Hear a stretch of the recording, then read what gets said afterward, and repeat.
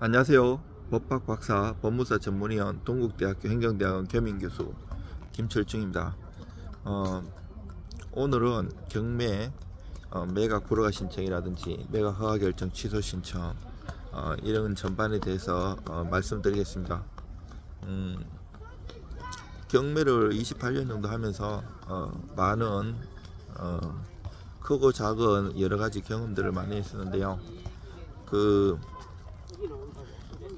이제 경매를 계속 입찰을 받으러 다니고 낙찰 받아서 이런 부동산을 할 때와 또 법무사로서 임의경매든 강경매든 직접 신청하고, 옛날에는 종이로 다 있어요. 지금 전자로 돼 있지만.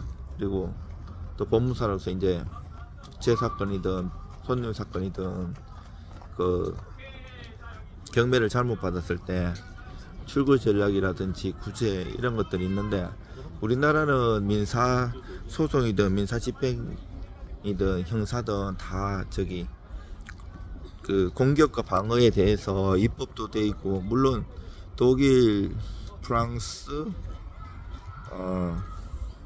미국, 일본 이런 법제가 조금씩 다 달라요. 제가 논문도 그 경매 공신력이라든지 경매 부당이다 이런 것도 제가 많이 썼어요. 이제 잘 된 것도 있고 잘 못된 것도 있고, 이게 입법이 되는 것도 쉽지가 않아요.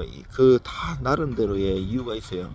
예를 들면 만약에 내가 경매를 잘못 받았어요. 물론 권리비 분석이나 물건 분석 제대로 한다고 해도 그 받고 보면 또 하자가 보일 수도 있고, 뭐 대출이 안 되든지 자기 형편이 안 되는 여러 가지 또 생각이 있어가지고 하려고 하는데, 이게 이제 민사집행법 121조에 보면 그 매각 이의 신청이 있는데, 이게 이제 매각 불허가 신청이에요. 요 7가지 사유가 있는데, 대표적으로 하는 게 뭐 5675인데 565호 같은 경우 이제 매각 물건 명세서 비고란 있잖아요. 아니면 매각 물건 명세서에 제대로 기재가 안 돼가지고 나중에 뭐 하자가 생겼다든지, 6호 같은 경우는 뭐 권리 변동이라든지 심각한 물리적인 훼손 이런 것들인데, 나중에 이제 오늘 낙찰, 만약에 예를 들어 오늘 금요일날 낙찰 받았다. 지방마다 법원마다 다 달라요. 경매꾼들이 돌아다니면서 낙찰 받아야 되는 것도 여러가지 이유가 있어요. 그러면 오늘 금요일로 받으면 다음 주 금요일까지, 즉 수요일 불산임이라서 내일부터 기산해 가지고 일주일 될 때 다음 주 금요일까지 할 수 있는 게 매각 불허가 신청이에요. 근데 불허가 안 되면 또 일주일 동안 확정되어 버리면 적시항고 기간이 주는데, 이때 적시항고 때는 내가 옛날에 이제 2005년 이전에는 내가 쓰는 가격에 10%를 입찰 보증권을 냈는데, 그 이후로는 지금은 최저 매각 가격에 10%를 내걸랑요. 이게 무슨 말인가 하면, 아주 옛날에는 그 법원마다 이제 은행도 다 달랐어요.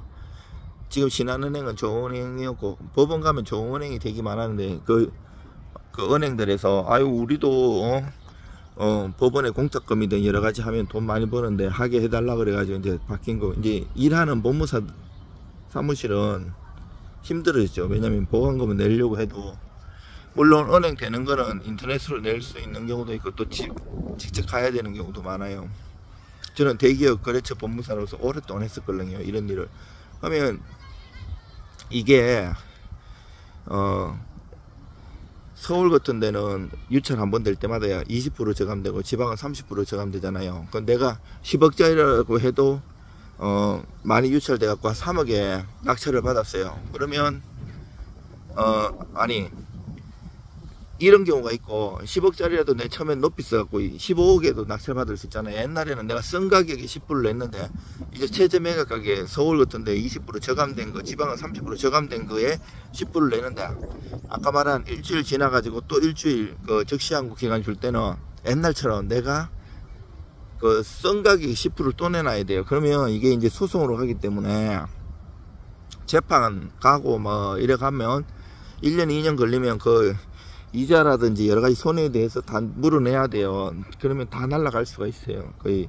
그럼 손해가 점점 커질 수 있고, 그 다음에 30일 대건 납부 기간 주잖아요. 요때 할 수 있는 게 매각 허가 결정 취소 신청이에요. 121조에 7가지 사유 중에 하나가지밖에 안 돼요. 범위가 줄어드는 거죠. 근데 이거 하면 또 이제 뭐 제한고 적시한고 또 쭉 있긴 있는데 그만큼 확률은 더 떨어지거든요.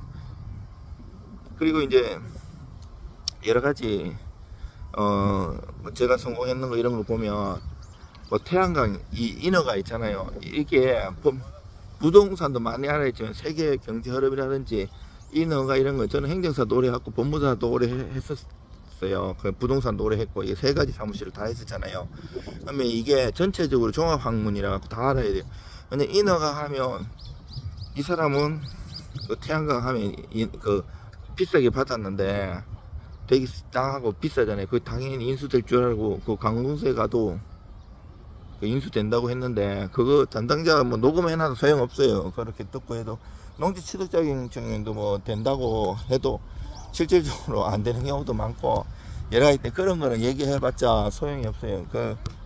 그래가지고 하면 이게 이제 매각 불허가 신청이든 여러 가지 매각 허가 취소 신청해야 되는데 그런 하자라든지 권리관계가 문제가 있는 걸 제대로 안 한다든지 물건이 완전히 그 뭐 천장이 무너졌다든지 벽이 허물어졌다든지 누수가 심하다든지 여러 가지가 있어요. 그런 것들이 쓰고 이제 한두 장 쓰는 게 아니고 수십 장 써가지고 그 판례, 조문, 법리, 다른 성공했던 사례들 비교하면서 그리고 또 감정평가서 같은 경우도 일반인들이 그 정도 감정평가사처럼 공부를 안 하잖아요. 그렇지만 경매 관련된 거는 더 깊게 해야 돼요. 그 감정평가사님들도 그 자기 전공들이 다 있어요. 뭐 법인에 속해서 있는 사람이 아니면 법원에 속해 가지고 이제 그 경매 관련해 갖고 제가 감정평가 하시는 분 여러 가지 있는데 거기도 감정평가 이렇게 그 평가하는 방법들이 여러 가지 있는데 거기서 재량으로 이렇게 하는 게 있어요. 그런 것도 갖고 불을 차는 게 있어요. 실사례하고 그 감정가가 뭐 특히 재개발 재건축 단지 같은 데는 많이 이게 달라질 수 있어요. 그런 것들 그리고 조합에서 감정평가한 거하고 내가 그 법원에서 보내가지고 감정평가상이 뭐 몇 배씩 차이가 날 수도 있고 또 아니면 이렇게 용도 변경 해갖고 있잖아요. 그 주인이 그러면 빨리 이거를 대금 납부하고 좋지 않은데 좋지 않은 사이에 만약에 용도 변경을 시킨다든지 여러 가지 있어요. 지금은 막 짜고 치가지고 막 이렇게 가짜 넣고 이러면 형사처벌 받을 수 있어요. 법원 공무원들이 옛날처럼 바로 듣지가 않고 막 바로 고소고발이 전절하기 때문에 법원장까지 금방 올라가요. 무슨 일이든 민사고 형사고 뭐 법무사 사무실이든 변호사 사무실이든 뭐 이런 법으로 정통으로 해야지 가라로 이래 하면 큰일 나요. 그거는 그렇게 하면 반드시 탈이 나요. 브로커나 이렇게 끼어가지고 하면 그거는 다 바로 앞에서 이게 모를 수도 있지만 잘 지나간다 해도 나중에 이제 배당이나 다른 거 이해관계성이 많이 나타나기 때문에 반드시 저처럼 전문가가 딱 보면 이상한 게 보여요.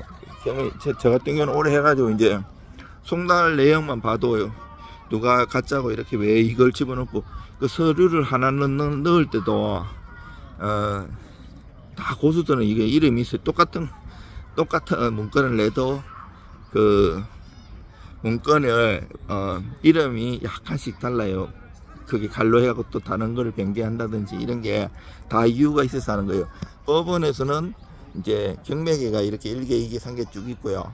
그 접수계가 있는데 접수계는 그 서면 쓰는 거 메뉴에 제목 그대로 이렇게 입력하거든요. 아주 길면 뒷번호는 뒤에 말을 생략하기도 하는데 그건 형사고 민사고 경매고 다 마찬가지예요. 그래가지고 정식으로 실력 있는 이런 민사집행을 많이 하시는 법무사 사무실에 맡기는 게 좋아요. 그거 이제 변호사님들은 이제 소송 위주로 많이 하시고 이 법무사들은 집행을 직접 하니까 그 중에서 또 잘하는 사람이 있어요. 저 같은 경우는 저기 그 사무관 승진 시험 하시는 그 계장님들도 많이 가르쳐 받고, 그 대법원에 그 법관님들, 판사님들, 우리나라 교수님들하고 한국민사집행법 학회라고 이 학회에서 논문도 하고 토론도 하고 이걸 오랫동안 했어요. 그리고 논문도 쓰고 책도 쓰고 그 쓰기만 중요한 게 아니고 이제 이렇게 전화해서 설명하고 이런 것도 중요하거든요. 이 2년에 한 번씩 그 공무원분들 이렇게 로테이션 되기 때문에 그 전문적으로, 물론 그 사람들 구급시험 어렵지요. 그 경쟁률 통과해도 그 자기가 한 분야에 하는 게, 이분들도 나중에 법무사를 해야 되니까 여러 가지 일을 경험하시기 위해서 그 2년에 한 번씩 이렇게 바꾸거든요. 그러면 이 한 분야만 전문적으로 계속 안 파시기 때문에, 그리고 이제 이 법리나 이런 걸 써도 이게 다 자기 요리한 대로 쓰기 때문에 또 파악도 짧은 기간이야. 일주일인데 보통 내가 오늘 낙찰 딱 받았어. 그래갖고 오늘 딱 보니까 하자가 밝은데, 이런 경우는 며칠 있다가 보니까 문제가 크게 생기는 경우가 있거든요. 이때 찾아오시기 때문에 쓰는 것도 커피 쓴 거고 파악도 짧은 시간에 하셔야 되기 때문에, 그래서 많이 경험하신 분들이 좋고요. 저 같은 거는 쓰는 값으로 봤는데 성공보수든 밥 한 끼 얻어먹어 본 적이 없어요. 10여 년을 해도. 그 법무사로서 10여 년을 하고 경매는 한 28년 해도 이렇게 이때까지 정도로 실력으로 했지, 이렇게 밥 한 끼 사든지 밥 한 끼 얻어먹는다 이런 걸 안 해요. 계속 연구하고, 지금도 보시면 여기 아무 매물을 들고 하는 게 아니고 앉아서 좀 하라는 분들도 있어요. 좀 이렇게 알아듣게. 근데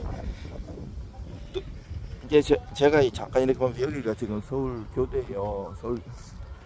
여기나 산책하면서 잠깐 하는데, 이게 사실은 들어보면 더 실력 있는 걸 알아요. 실력 있으신 분은. 그래서 저는 경매사라든지 경매를 오래 하신 분들이 많이 의뢰를 주세요.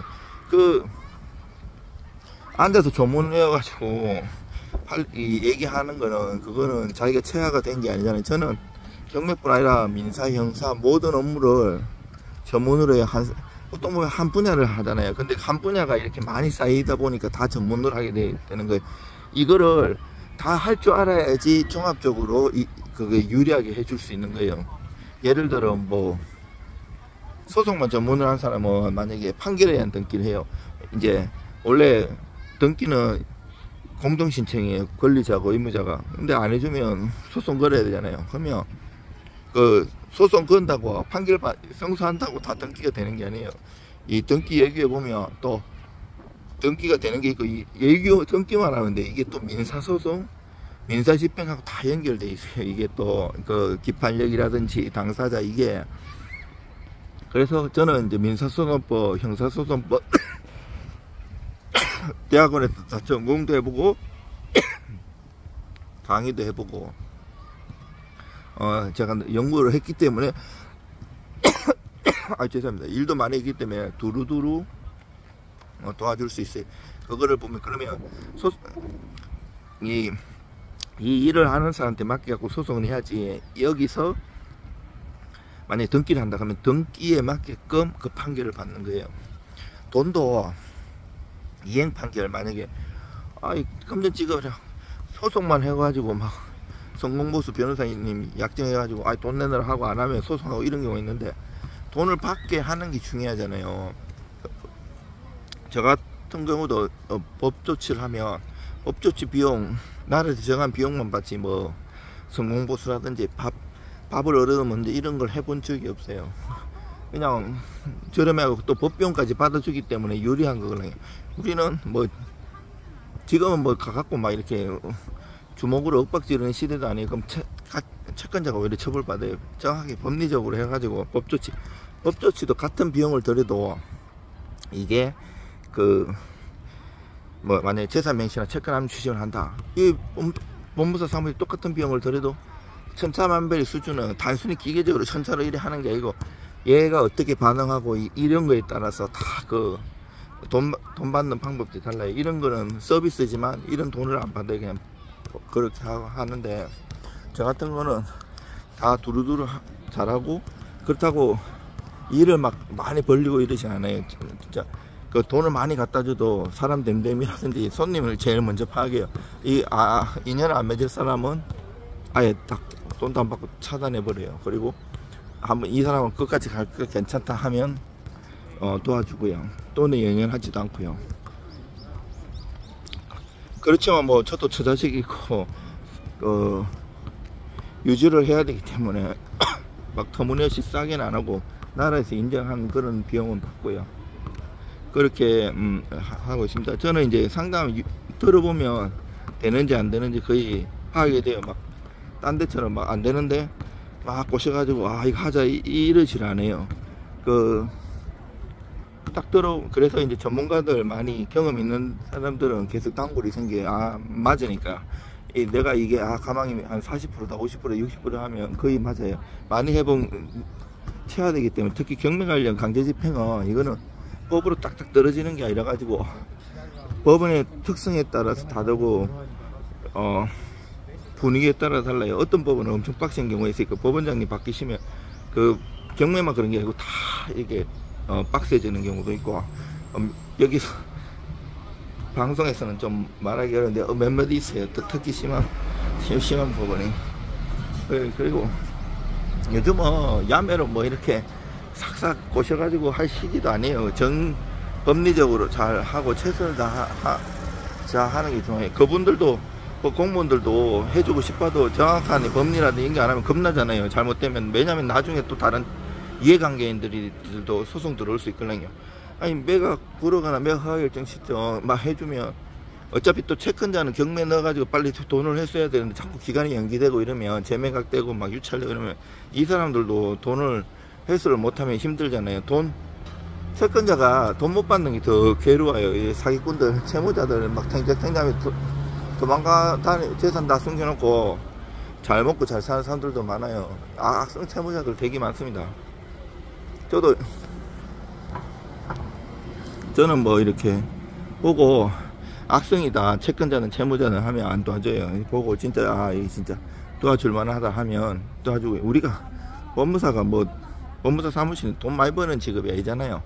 요즘 뭐 변호사님들도 잘 버시는 분은 잘 벌지만 이 법조계가 엄청 어려워요. 일도 거의 없고, 법조계 IMF라 그러잖아요. 굉장히 어려워요. 옛날에는 이러지 않았어요. 오히려 뭐 개인회생이든 파산이든 이렇게 화랑이 되고, 제가 이제 대기업의 거래법무사를 오래 해가지고 소송해하고 강제 집행하면 옛날에 개인회생 파산이 활성화되기 이전에부터 개인회생 파산을 하는 채무자가 있으면 대기업에서는 깨달라 그래갖고 이의신청하고, 파산 이의신청, 개인회생 이의신청 해갖고 잘 알아요. 근데 옛날에는 돈이 경기가 어려워도 이제 했걸랑요. 근데 요즘은 진짜 경기가 많이 어려우니까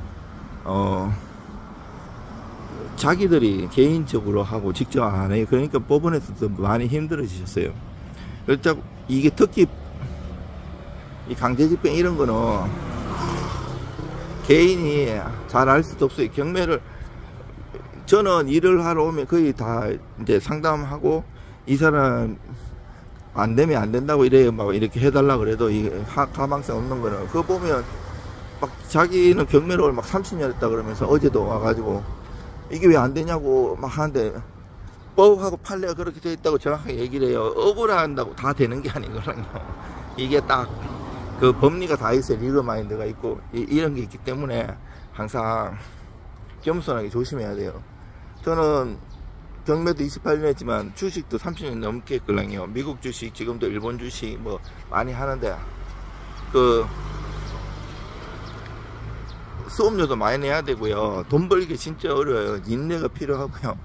뭐 단기 몇 달 이렇게 갖고 돈 벌 게 아니에요. 그거 다 출전하는 선수들이 다 선수예요. 내가 봐도 장기로 한 10년은 해야지 어느 정도 돈을 벌 수 있는 시기가 와요. 왜 이렇게 출렁이고 막 이러잖아요. 정말 항상 조심해야 돼. 지금도 미국 얼마 전에 미국 신용등급 강등됐잖아요. 옛날에도 다른 이제 세 개의 업체가 있는데 무디스가 마지막으로 트리플 A에서 이제 2풀로 바꿨잖아요. 그렇더라도 그 많이 하락할 줄 알았는데 많이 하락 안 했잖아요. 근데 이때 더 조심해야 돼. 과거에 보면 딥페이크나 중국 이런 거 했을 때도 바로 출렁 안 하고 있다가 막 출렁할 수가 있어요. 이 유튜브나 이런 거 다 믿으면 안 돼요. 막 이렇게 막 매수 부추기고 이러잖아요. 근데 선수들은 그때 빠져나가고 나중에 뒤따라 다른 사람들이 아니 폭탄 맞는 거예요. 주식도 그렇고 경매도 그렇고 정말 조심해야 돼. 지금 뭐 연끌하고 이를 다 지금 경매 나오잖아요. 엄청나게 많이 나요. 제가 1년 2년 전부터 엄청 많이 지금 누적되고 있다고 손님이 와도 그 이철 대리 안 해서 하지 말라고 그거 지금 더 떨어질 거라고 내 말 딱 맞잖아요. 근데 지금도 마찬가지 한참 더 떨어졌는데 막 한다고 사고 엄청 많이 나요. 정말 조심하시고요. 만약에 하시려면 그 상담을 받아보고 유료 상담을 받아보고 차라리 상담이 조금 내고 만약에 안 된다 그러면 안 하는 게 낫지. 괜히 뭐 어디 막 이래 하면 돈만 많이 날릴 수가 있어요. 정말 조심하시고요. 힘내십시오.